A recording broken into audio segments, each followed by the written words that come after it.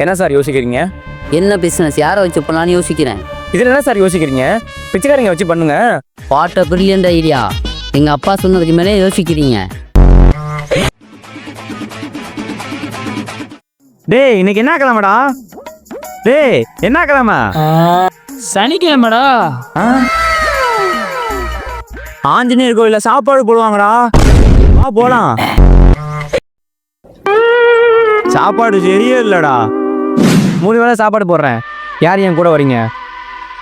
டேய் நீ வேணாம், நீ வாடா. நீ வேணா, நீயே வாடா.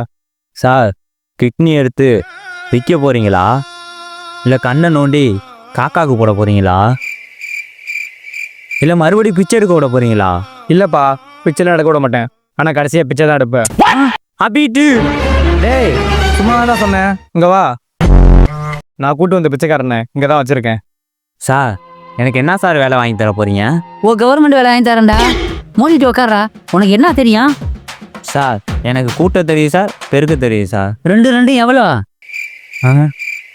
சார் அந்த கூட்டுறது இல்லை சார், எனக்கு வீடு கூட்ட தெரியும், வீடு பெருக்க தெரியும், அதை சொன்னேன் சார். ஓ உனக்கு அதான பிச்சை எடுக்க தெரியுமில்ல? உனக்கு அது கூட எடுக்க தெரியாதுடா அப்படின்னு எங்கள் தாத்தா சொல்லுவார் சார். நான் எங்க போனாலும் என் கூடயே வர. நான் வரல, நீ தான் என் கூட வர. நீ தானே ஹீரோ, நீ தான் என் கூட வரணும். இன்னைக்கு என்ன கிழமை? செவ்வாய்க்கிழமை. சாப்பாடு போடுவாங்க. சரி நான் வரேன். நான் எங்க போற? உண்டகாளி அம்மன் கோயில கூழ் ஊத்துறாங்களா, வரியா? வா.